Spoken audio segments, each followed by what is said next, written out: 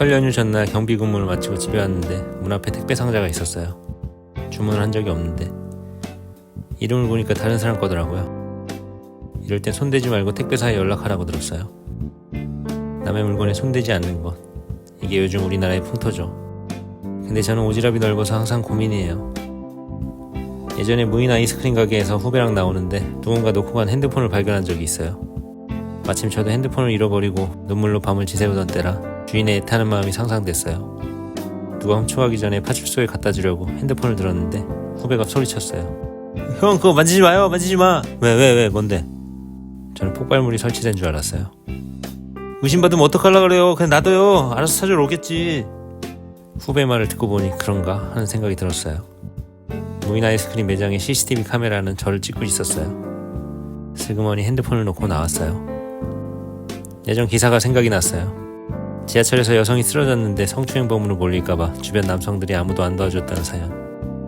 언제부터 이런 사회가 됐을까요? 분명히 어렸을 땐 착한 사마리아인의 법이라는 걸 배운 기억이 나는데 법이 개정됐나 봐요.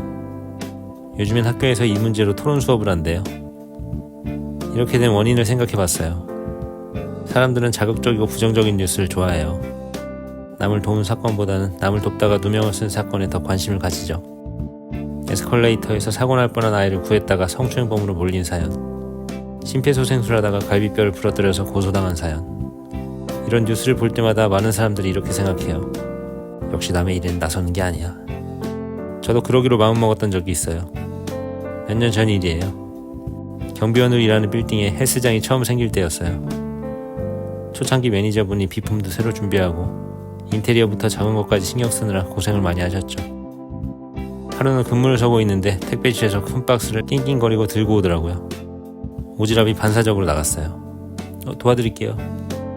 그분이 안고 있던 박스 밑으로 손을 넣고 받치려는데 순간 너무 의욕이 과한 나머지 매니저님의 배를 폭 찔렀어요.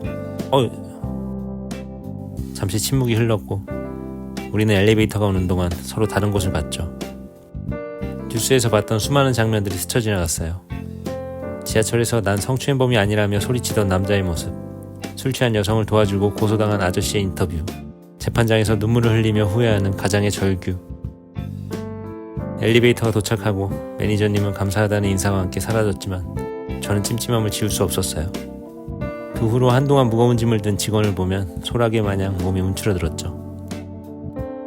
그 무렵 경비원 대기실에서는 스트레스를 받고 있었어요. 남을 신경 안 쓰고 배려심 없는 몇몇 사람 때문에 시나리오를 쓸 때도 시끄러운 소음을 견뎌야 했어요. 계약한 시나리오가 엎어지면서 속은 부글부글 끓고 있는데 한 친구가 말했어요. 형, 그런 거 말고 범죄도시 같은 거 써봐요. 재밌잖아. 아무렇지 않게 내뱉은 말에 저는 눈을 부릅떴죠.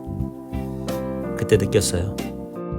남 일에 참견하는 게 이렇게 짜증나는 거구나. 그 뒤로는 저도 남의 일에 관심을 끊고 제 거에만 신경 쓰기로 했죠. 근데 오지랖은 타고나는 건가 봐요. 결국은 나서게 되더라고요. 어느 날이었어요. 서울에서 인천으로 가는 지하철 아니었는데 퇴근길이라 사람들이 가득 차서 발 디딜 틈이 없었어요.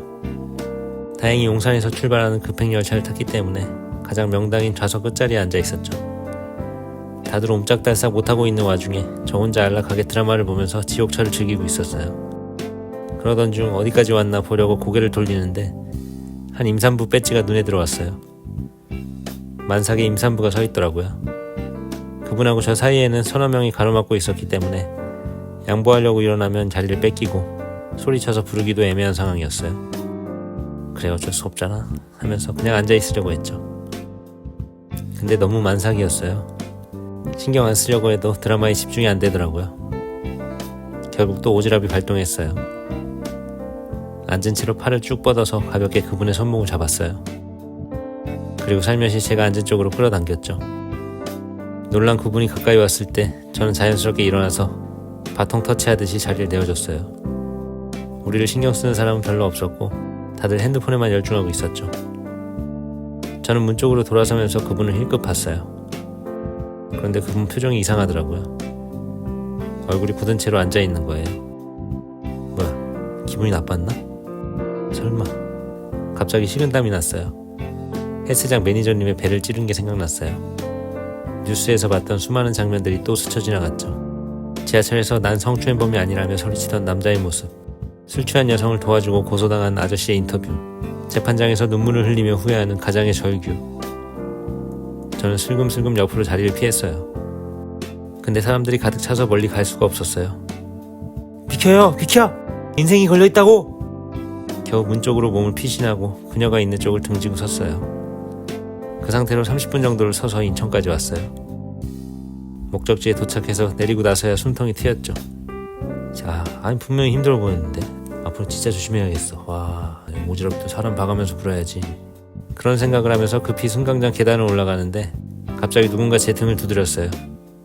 경찰인가 싶어서 돌아보니까 아까 그 임산부였죠.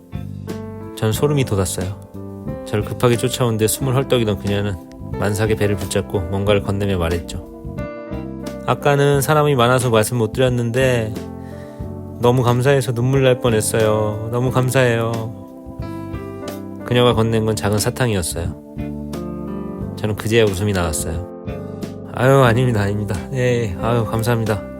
순산하세요. 그녀는 거듭 감사하다는 인사를 하면서 돌아갔고 저는 하루 종일 기분이 좋았죠. 오지랖은 한복의 앞자락을 뜻하는 말이래요. 짧은 저고리의 앞자락이 너무 넓으면 여기저기 거슬리기 때문에 남의 일에 참견 잘하는 사람을 보고 오지랖이 넓다라고 부르게 됐다고 하죠. 근데 세상에는 딱 맞는 옷을 입은 사람만 있진 않아요. 옷이 짧아서 끌어내려야 되는 사람도 있고 얇아서 추위에 떠는 사람도 있죠. 누군가는 그 사람들을 위해서 자신의 앞자락을 잘라줘야 돼요. 중요한 건 상황을 판단하는 능력 같아요. 내가 지금 모른 척 해야 되는 상황인지 도와줘야 되는 상황인지 판단하고 나서야 할 때라고 판단이 되면 나서는 게 맞는 것 같아요. 저는 제가 판단한 대로 할래요. 그러다 진짜로 고소를 당하면 그것도 그런 대로 괜찮죠. 작가한테는 모든 게 글감이잖아요. 설 연휴가 끝나고 집에 와보니까 잘못 온 택배가 그대로 있었어요. 저는 우편물을 들고 주소를 확인했어요. 그리고 직접 배송을 해주기로 했죠. 어차피 잘못 온 택배니까 먼 거리는 아니었어요. 정확한 주소를 찾아서 배송을 해주고 큰 길로 나왔어요. 날씨는 화창했고 공기는 맑았죠. 별거 아니었는데 이상하게 기분이 좋았어요. 길을 지나는데 한복집이 보였어요. 그래, 어차피 오지랖 넓은 거 더 넓게 살자. 세상을 다 덮자. 그런 생각을 하면서 계속 제 길을 갔어요.